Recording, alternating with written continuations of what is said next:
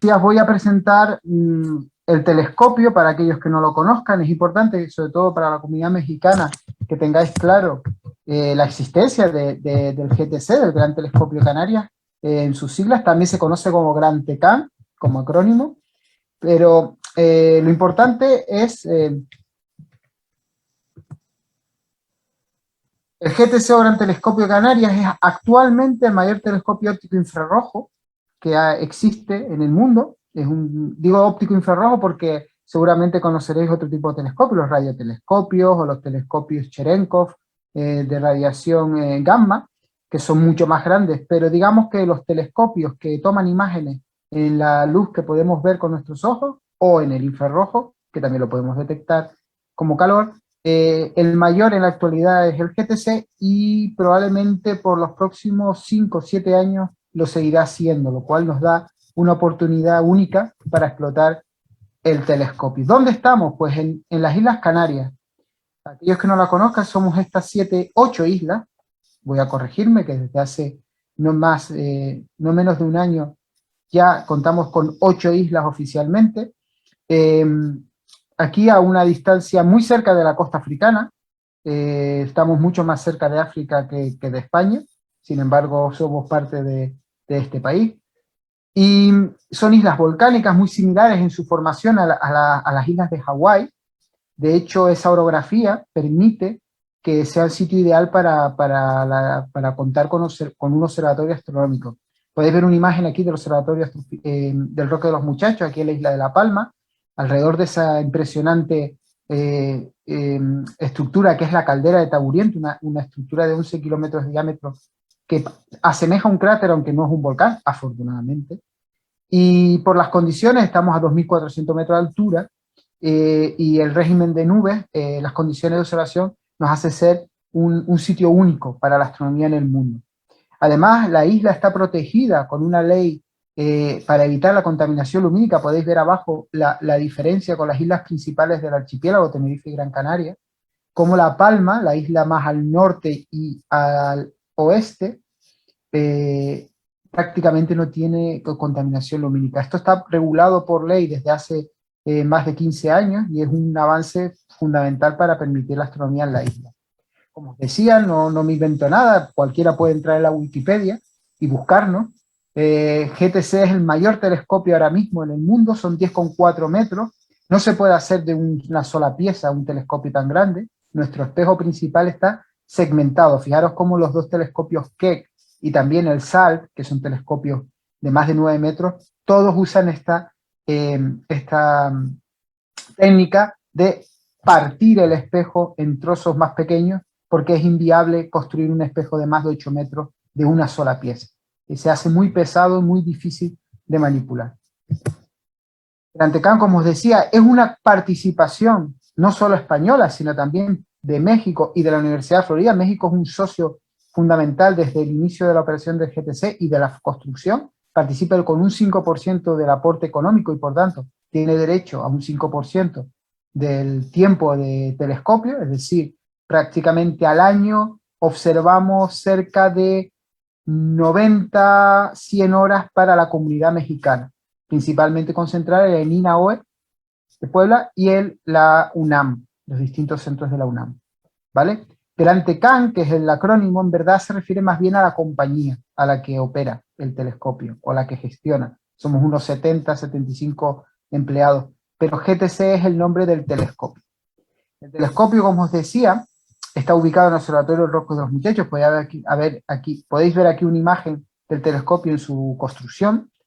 Vio la primera luz técnica en el año 2007, eso significa la primera vez que el telescopio apuntó al cielo a ver qué veía, si se veía algo, si habíamos acertado y se había construido adecuadamente alineado, aunque las operaciones científicas empezaron un poco más tarde, en 2009. Llevamos unos 12 años, más de 12 años de operación científica produciendo datos para la comunidad de usuarios. Como os decía, pues si unas 100 horas anuales y 12 años, pues más de 1000 horas han sido enviadas para astrónomos afincados en México.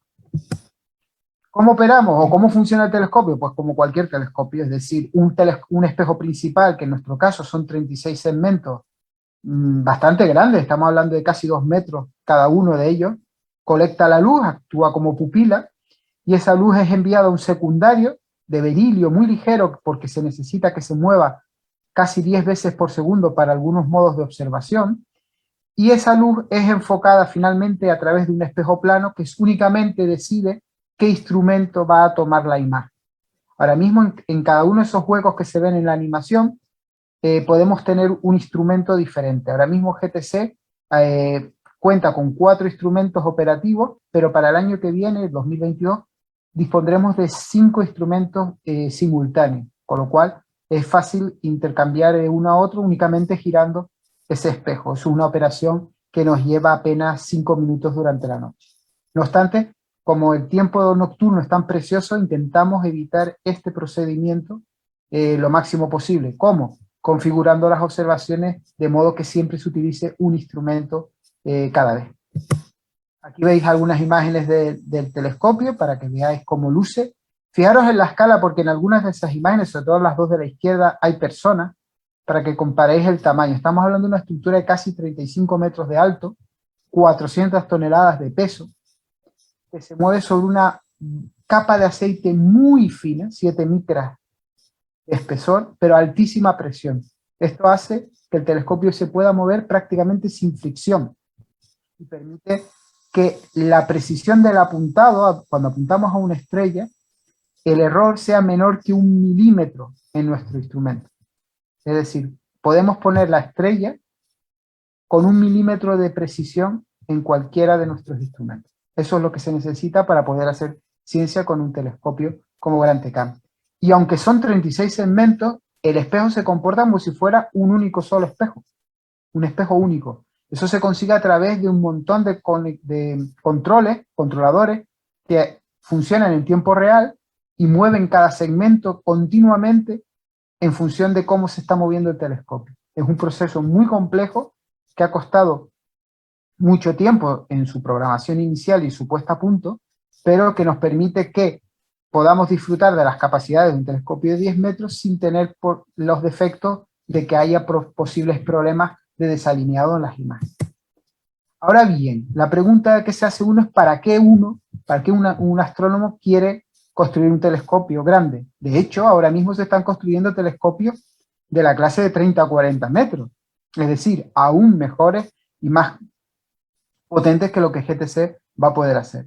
Básicamente son 3 puntos en los que nosotros nos basamos. Poder observar con mayor nitidez, poder llegar más profundo y hacerlo además más rápido. Ahora explico a qué me refiero con cada uno de estos términos.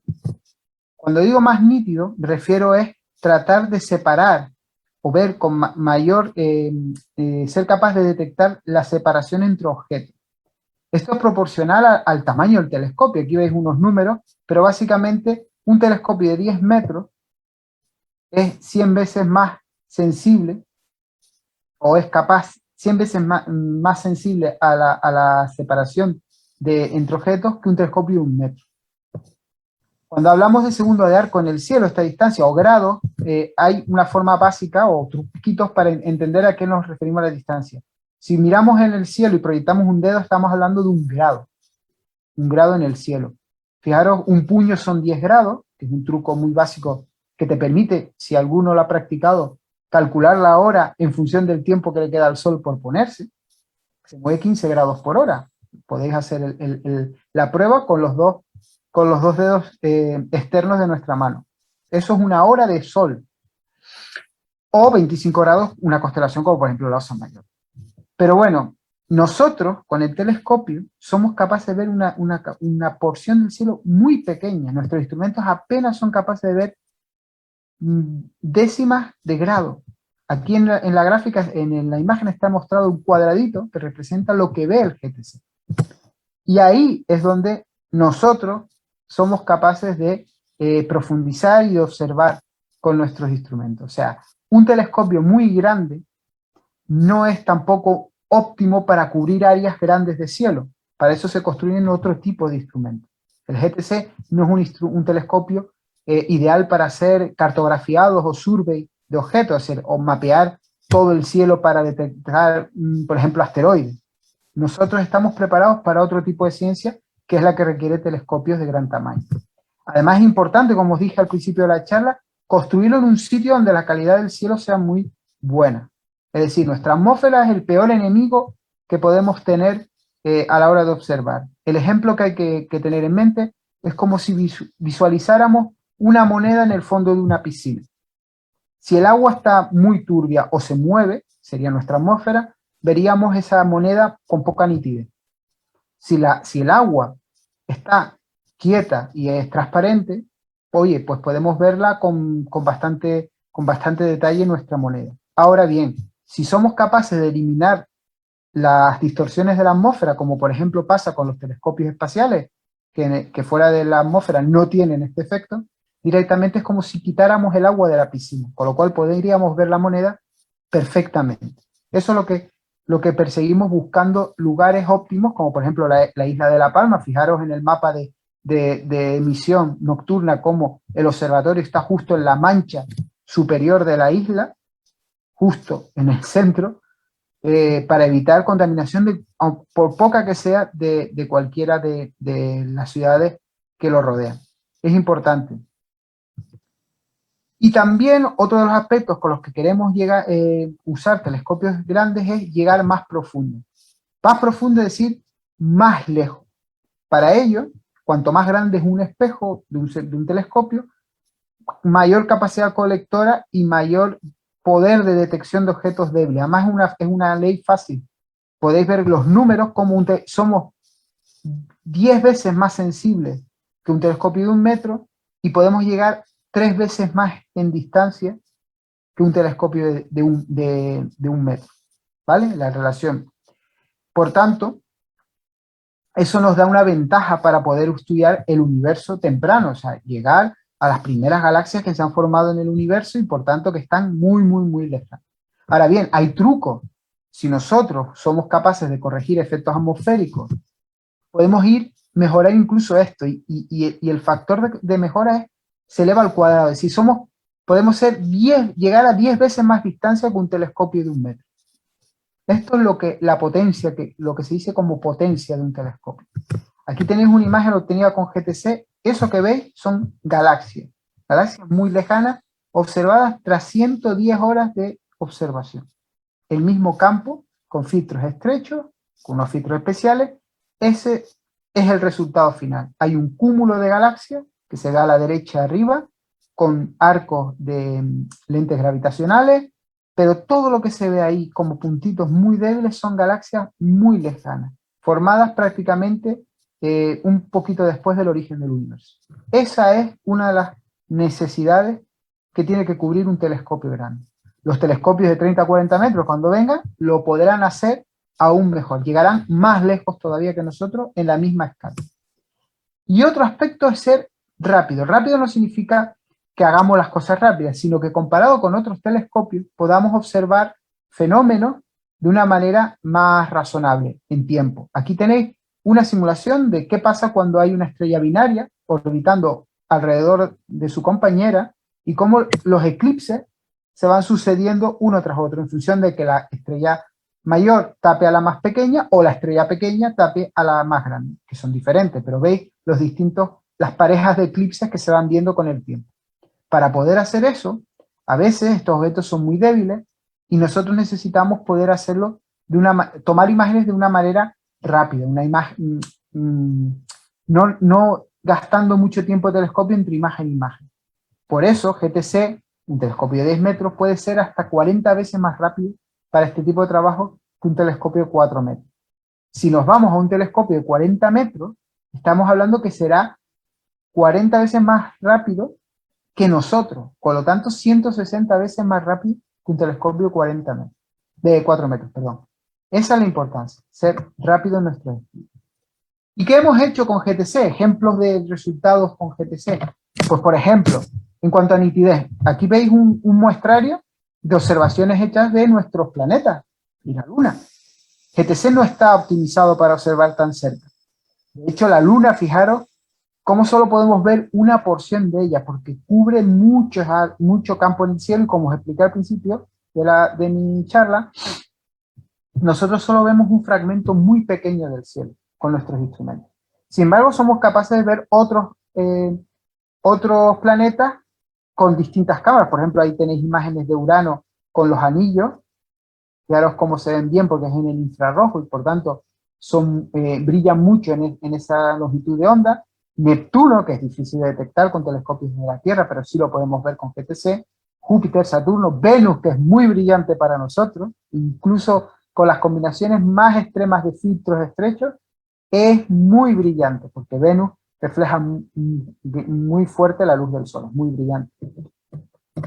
Algunos resultados que os muestro aquí, hemos hecho estudios de las tormentas, fijaros cómo se ven las tormentas en Neptuno con uno de nuestros instrumentos que toma imágenes con una escala de tiempo muy rápida, permite observar varias imágenes por segundo, y hemos podido ver la evolución de cómo estas nubes cambian al cabo de los minutos, por el movimiento de la rotación del planeta. Aún más rápido a la izquierda hemos detectado relámpagos en Júpiter, haciendo observaciones muy rápidas y detectando estos brillos que son tormentas en la atmósfera de este planeta, y por tanto son relámpagos que están pudiendo ser detectados desde la Tierra, necesitan mucha sensibilidad. O incluso las observaciones de Urano, ya no solo en el infrarrojo como os mostré antes, sino en el infrarrojo medio, donde no había prácticamente observaciones de este planeta, pero nosotros tenemos una cámara que funciona en estas longitudes de onda y podéis ver cómo se detectan perfectamente los anillos en estas longitudes de onda. Incluso uno de sus satélites aparece a 24 micras en la última imagen de la derecha. Otro ejemplo de nitidez, las lentes gravitacionales, las lentes gravitatorias. Sabéis que la luz se ve alterada por la materia. Si hay mucha masa a lo largo del camino que está recorriendo la luz hasta un objeto que está detrás de esta masa, se puede llegar a deformar como si fuera una lente. Es decir, la luz de esta galaxia que viene desde tan lejos, al llegar a un objeto muy masivo, lo rodea y se ven múltiples imágenes del mismo objeto. En este ejemplo, las 4 imágenes azules son el mismo objeto, es una galaxia muy lejana. Aquí a la derecha es una cruz de Einstein, se llaman así porque se forman 4 imágenes del objeto lejano, y estos se llaman telescopios naturales. ¿Por qué? Porque este objeto que está lejano, tan atrás del objeto masivo, sería indetectable por ningún telescopio de la Tierra, ni siquiera nosotros, o ni siquiera los telescopios de 40 metros, si no fuera por este efecto, porque además de desviar la luz, la amplifica y nos permite conocer el universo lejano utilizando la propia naturaleza como ayuda. Esto es una nueva fuente de conocimiento que está iniciándose ahora, que es el estudio de lentes gravitacionales. Hay que encontrarlas, pero permite detectar y analizar galaxias muy lejanas, o incluso estrellas como podemos ver ahora. Profundidad, lo que os decía, llegar más nítido, más profundo, más rápido. La profundidad en GTC se refiere a la capacidad de detección de objetos lejanos. Aquí veis ejemplos de imágenes obtenidas tras muchas horas de integración, muchas horas de exposición, tomando fotos, imágenes del mismo campo durante horas, y todo lo que veis ahí, esas manchitas, esos puntos, son objetos. La galaxia central de este experimento aumentó el triple de tamaño respecto a lo conocido cuando se obtuvo la imagen final. ¿Por qué? Pues porque todas esas estrellas débiles del halo del exterior de la galaxia no se habían podido detectar hasta la fecha. De hecho, es la imagen más profunda que se ha obtenido nunca desde Tierra. Hemos llegado a una magnitud, que es como medimos el brillo de los objetos en el cielo, magnitud 29, que es un límite muy grande de debilidad, digamos, del objeto. Estas son imágenes que solo se pueden obtener comparables a las obtenidas en el espacio. Y como os decía antes, aprovechando el efecto de la lente gravitatoria, GTC fue capaz de obtener en el 2016 la imagen de la estrella más lejana que nunca se había podido ver. Me diréis, ¿cómo con una imagen de estrella lejana? Las galaxias que vemos lejanas están tan lejos que solo se ven puntualmente, es decir, son puntos. Toda la galaxia, que son miles de millones de estrellas, en verdad solo son un punto a nuestros ojos. Entonces, ver una estrella de una de esas galaxias es prácticamente imposible, salvo que pase lo que sucedió en 2016, y es que la galaxia esté pasando por detrás de un cúmulo de galaxias y por tanto, por el efecto de lente gravitatoria, esa imagen de la galaxia lejana se amplifique. Y en un momento dado, en uno de sus brazos espirales apareció una estrella.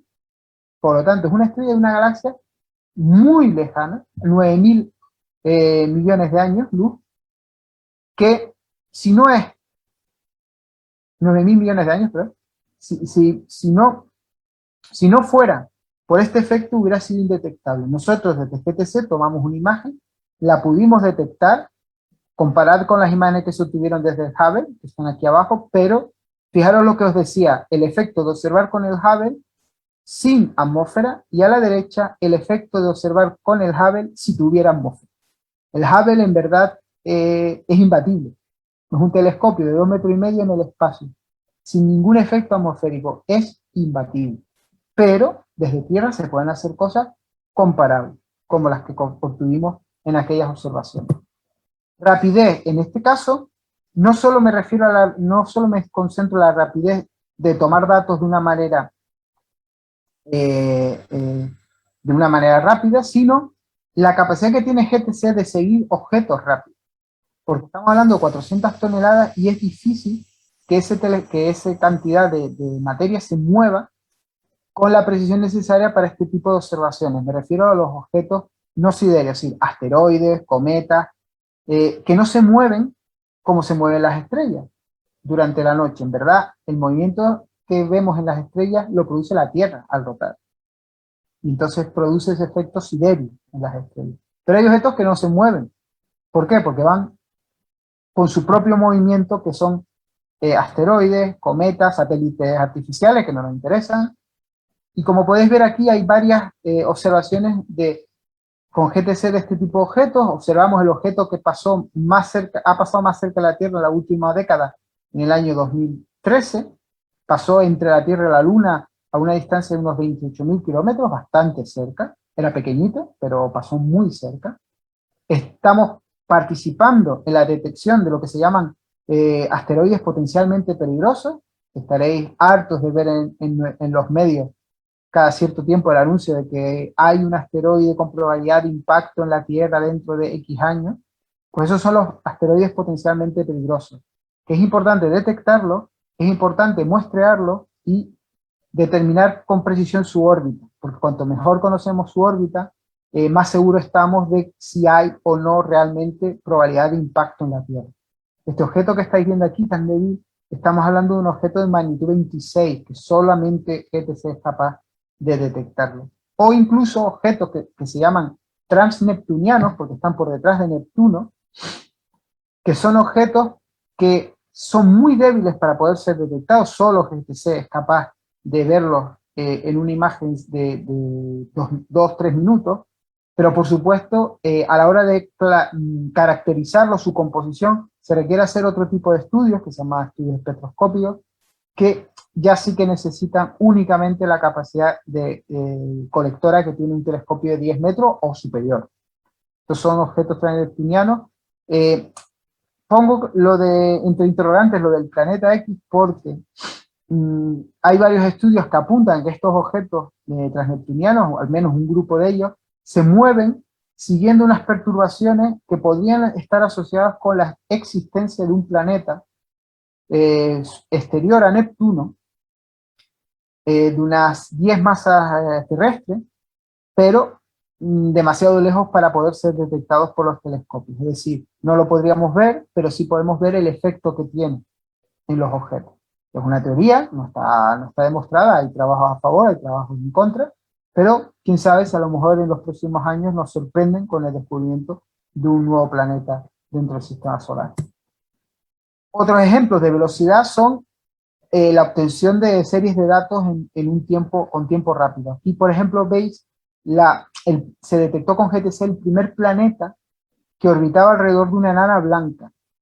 Esto es importante porque se pensaba que esto no podía ser así, porque en las fases finales de este tipo de estrellas, una de las cosas que pasa es que se come todo lo que hay alrededor, por lo tanto, si tuviera algún planeta, debía haberlo destruido. Sin embargo, este planeta ha sobrevivido, con lo cual, como tantas veces en astrofísica, uno tiene que volver a plantearse realmente los modelos y la teoría de lo que sucede, es decir, cómo ha podido sobrevivir o si fue capturado después de que la estrella estuviera muriendo, no se sabe.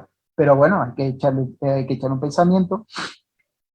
Gracias a datos obtenidos con GTC, fijaros la curva de luz de GTC, prácticamente sin puntos vacíos, porque se trata de observaciones continuas, es decir, cámaras que están tomando datos sin perder tiempo en la lectura, porque la lectura se hace simultáneamente a la toma de datos.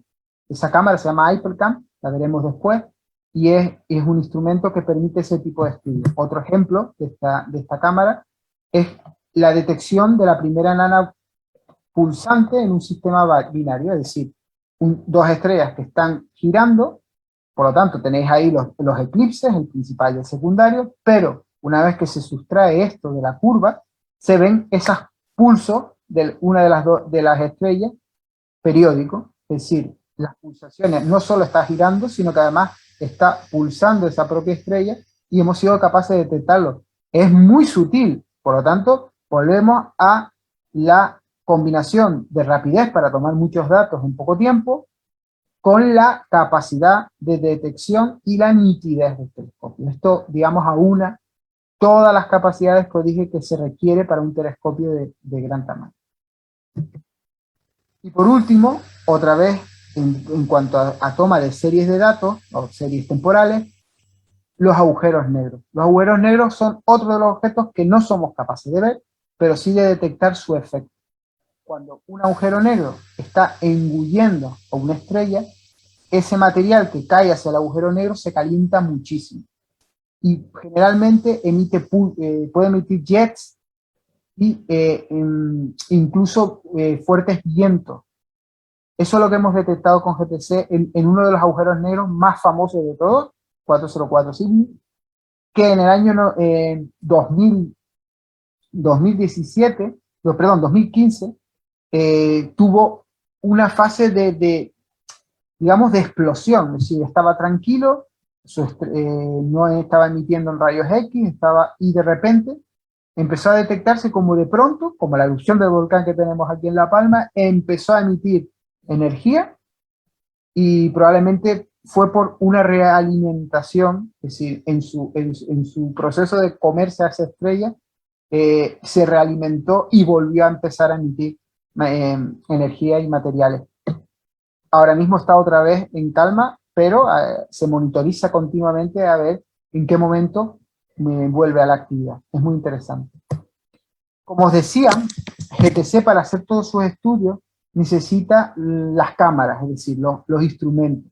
Hemos tenido muchísimos instrumentos en 12 años de operación. Es una de las cosas, digamos, más complicadas en la operatividad del telescopio, el gestionar esta cantidad de instrumentos con los que hemos lidiado en estos años. Ahora mismo, montados en el telescopio, tendremos, o para el año que viene, Osiris, que es el instrumento principal, que ha estado operativo desde el comienzo de la vida de GTC, en el foco Cassegrain, que es el foco este que está justo en la parte baja del telescopio. La óptica adaptativa con Frida, que es un instrumento construido por México, que hará uso de la óptica adaptativa ya en esta plataforma, se llama plataforma NASMI. EMIR está instalado en esta plataforma a otra plataforma NASMI. Estas plataformas se usan para poner los instrumentos que son muy pesados. EMIR pesa 5 toneladas, entonces no lo puedes colgar del telescopio, entonces necesita estar apoyado en una de estas plataformas. Y en estos agujeros que están en el anillo, son los focos Cassegrain doblados, tendremos miradas en este agujero, que es un espectrógrafo infrarrojo, Megara, que lleva ya operativo desde 2017 en este agujero, y Hypercam, esta cámara rápida que os comenté antes, que tomaba muchas imágenes por segundo, en este otro agujero. Por lo tanto, tendremos 6 instrumentos el año que viene, pero comenzaremos en 2022 al menos con 5. ¿Eso qué le da al telescopio? Versatilidad. El telescopio puede en cualquier momento elegir qué instrumento va a operar. Eso añade complejidad en la operación, pero digamos que podemos dar un servicio a nuestros usuarios o a los astrónomos que nos usan, estupendo porque cualquier campo, cualquier rango de longitud de onda que se requiera y cualquier modo de observación está disponible en el telescopio.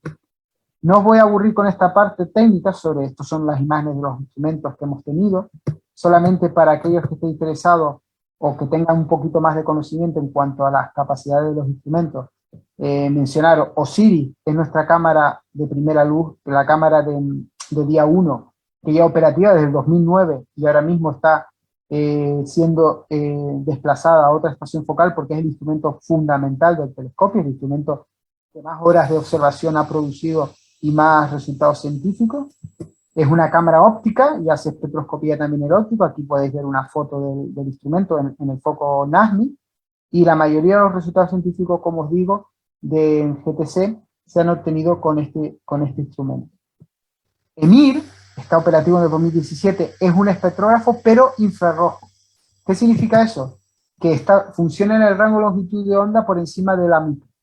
Esta es la longitud de onda donde, digamos, no vemos sino la emisión térmica, es decir, el calor de los objetos, pero tiene ventajas. Aquí veis un ejemplo. Si comparamos una imagen obtenida con OSIRIS y con EMIR del mismo campo del cielo, que lo podréis reconocer, es muy famoso, podéis ver que el infrarrojo permite penetrar en las nubes, cosa que el óptico no puede. ¿Por qué? Porque el infrarrojo ve el calor y la emisión de los objetos que están detrás de la nube, mientras el óptico se ve taponado por la misma.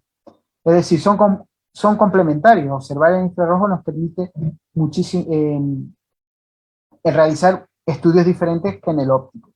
¿Qué otra ventaja y qué otra complejidad tiene EMIR? Al ser un espectrógrafo multiobjeto, las rendijas que se usan en la espectroscopía están a 77 grados Kelvin, a 200 grados bajo cero, prácticamente. Y se tienen que poder mover, lo cual supone un desafío para la mecánica del instrumento. Pero se está comportando bien desde el 2017, está operativo en el telescopio. El siguiente instrumento, perdón, es Megara. Megara está operativo desde el 2018 y es un espectrógrafo de campo integral. ¿Qué es eso? Eso significa que en vez de tener rendijas para hacer espectroscopía, lo que tenemos es lo que veis en la imagen. Como un enrejado donde cada hexagonito es una fibra que capta la luz. De manera que cuando yo observo un objeto, disperso la luz de ese objeto en cada parte que cubre el campo del objeto. Estoy haciendo lo que se llama espectroscopía 2D. Es decir, no solo tengo la información de cómo se dispersa la luz de ese objeto y qué componentes tiene ese objeto, sino que además puedo saber qué parte de la galaxia se comporta de una manera y qué parte de la galaxia, por ejemplo, se conforma de otra. Y todo de un solo disparo. Y por tanto puedo sacar información de composición, velocidad, si una galaxia se mueve, se aleja, si una parte de la galaxia se está acercándose a nosotros o alejándose, etc. Se llama espectroscopía de campo integral. Y como podéis ver, se pueden reconstruir imágenes y estos son resultados, por ejemplo, la emisión en una línea, en hidrógeno de una galaxia, y podéis ver cómo podemos mapear, no es una imagen, pero es una reconstrucción, podemos ver en qué zonas de la galaxia o en qué zonas de este objeto hay más emisión y en cuáles no. Incluso se pueden ver, por ejemplo, aquí se ve claramente una cavidad de ionización, o sea, una esfera rodeada por gas muy caliente que está siendo ionizado, está siendo activado por las estrellas de su interior. Es un instrumento muy grande, aquí veis una imagen del instrumento en la plataforma y el componente de plano focal colgado del telescopio. Hay 40 metros de cable de fibra que mandan la luz que llega al instrumento al espectrógrafo. Es bastante complicado, pero permite realizar estudios únicos. Hypercam es un instrumento visitante, es decir, no lo hemos fabricado nosotros, sino que una comunidad, un equipo de Sheffield, fabricó el instrumento y lo ofrece a la comunidad de GTC a cambio de que ellos puedan también acceder a las observaciones en el telescopio.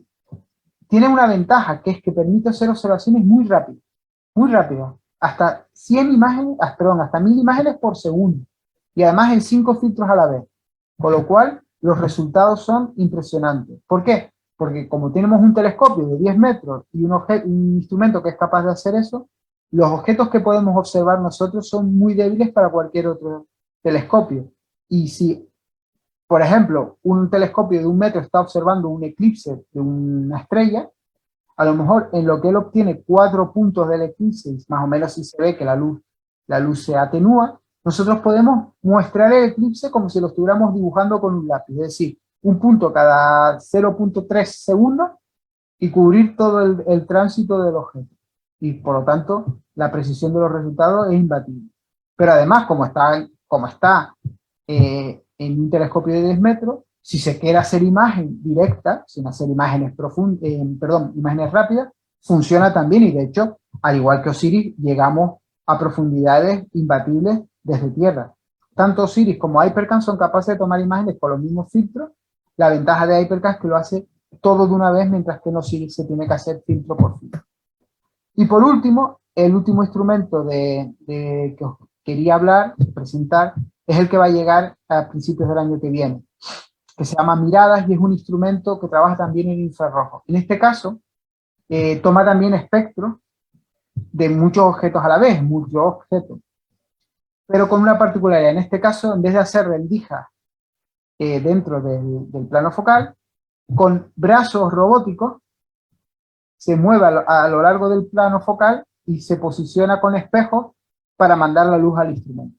Aquí veis una imagen de los brazos en el laboratorio, son 12 brazos, y cada uno en la punta tiene un espejo, que es el que guía la luz hasta el espectrógrafo. Con tanto, como os decía, para el año que viene GTC va a disponer, y la Comunidad Mexicana va a disponer, de 5 instrumentos para observar por la noche, con GTC. Y por tanto, no solo GTC, vuelvo al principio de mi charla ya para terminar, no solo el GTC supone un aspecto puntero en el Observatorio Rocco Los Muchachos en cuanto a la capacidad de la ciencia que permite, sino que en el mismo observatorio se está trabajando en nuevas instalaciones para la próxima década que van a hacer del observatorio un lugar puntero en astronomía mundial. De hecho, en esta gráfica final os muestro los trabajos en los que se está avanzando y que probablemente puedan plantear un panorama en la década del 2030 espectacular para la astronomía en Canarias. Ya está aprobado el mayor telescopio robótico de la Tierra, va a estar aquí en el observatorio, es el New Robotic Telescope, 4 metros de telescopio, de hecho estamos colaborando con ellos, y va a ser el primer telescopio que va a usar la tecnología creada por nosotros para GTC, va a ser nuestro primer cliente. El EST es el mayor telescopio solar del mundo y también se va a instalar en la isla de La Palma, es un telescopio solar de 4 metros, una torre solar, estará instalado cerca del New Robotic Telescope, GTC por supuesto. Estamos como uno de los 2 lugares en estudio para la instalación del telescopio de 30 metros americano, el TNT. Sabéis, o a lo mejor os ha llegado, que hay problemas burocráticos en Hawái para su instalación porque hay una fuerte oposición de la comunidad nativa de Hawái, y de aquí a abril del año que viene debe decidirse si finalmente el proyecto se aprueba, si va a Hawái o como alternativa viene a la isla de La Palma, que de todas las posibles alternativas fue elegida como la única posible alternativa. Eso supondría que te contaríamos con los 2 mayores telescopios ópticos del hemisferio norte en la isla de La Palma. Y por último, el Cherenkov Telescope Array, que es un array de telescopios Cherenkov, del cual ahora mismo se ha construido 1, pero van 3 más en camino, y hasta un total de más de 20 telescopios. Construirán un array en la montaña para la detección de radiación gamma, que también sería el mayor array de este tipo de instrumentación en el hemisferio norte. Por tanto, para todos aquellos que tengan la oportunidad de visitar la isla de La Palma, por supuesto, una vez que nuestro amigo nos deje dormir tranquilos, pues les invito a que vayan al observatorio, lo visiten y, y puedan disfrutar de un lugar único de astronomía en el mundo. Aquí os pongo varias imágenes porque aunque nos duela, la verdad que la experiencia es espectacular, el, el volcán, y cómo se ve desde el observatorio y cómo incluso de noche afecta la luminosidad y uno de los múltiples terremotos que sentimos en las primeras fases de la operación del GTC, que de hecho el telescopio lo siente. Un terremoto de escala 4, 4,5, el telescopio lo siente y afecta a la observación. No se rompe nada, pero sí que nos estropea la calidad de imagen y nos hace perder las condiciones óptimas de operación. Aunque el telescopio, digamos, es robusto y capaz de resistir terremotos hasta de magnitud 6. Pero bueno, digamos que ahora mismo nosotros estamos en espera activa y si hubiera buenas noticias esperamos observar de nuevo en los próximos meses.